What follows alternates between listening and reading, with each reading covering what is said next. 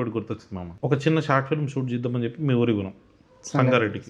అవును అదే అప్పుడు నువ్వు చెప్పావు కదా, అరే ఇదంతా మందేరా సంగారెడ్డి ఏదైనా చేయొచ్చు అని చెప్పి. అవును. అలా అపార్ట్మెంట్ దగ్గర తీసుకుపోతే మీ వాచ్మెన్ ఆపిండు, బాబు ఎవరు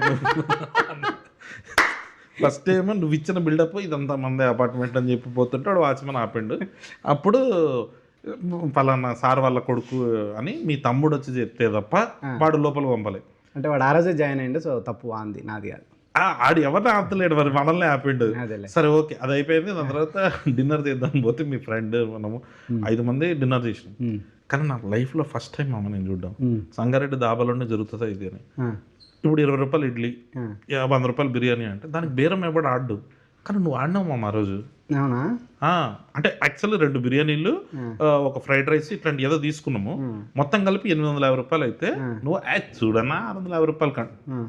నేను షాక్ ఫస్ట్, ఏమో మాట్లాడుతున్నావు అని. ఇస్తాడు ఉండండి, వాడు 650 కావాలన్నా 700 అంటే అప్పుడు నువ్వు ఏం చేసినావు, ఓకేరా 700 అని చెప్పి 5 మందికి ఛాయ్ ఇచ్చేసాను. ఛాయ్ 15 రూపాయలు, ఛాయ్ 15 రూపాయలు. సో 75 రూపాయలు వాడికి బొక్క పెట్టించినావు నువ్వు. ఏదా నిజంగానే అంటే ఇది మన ఇద్దరం అప్పట్లో అట్లా ఉండేటోళ్ళం. మన ఇద్దరు ఫస్ట్ టైం చూసా నేను.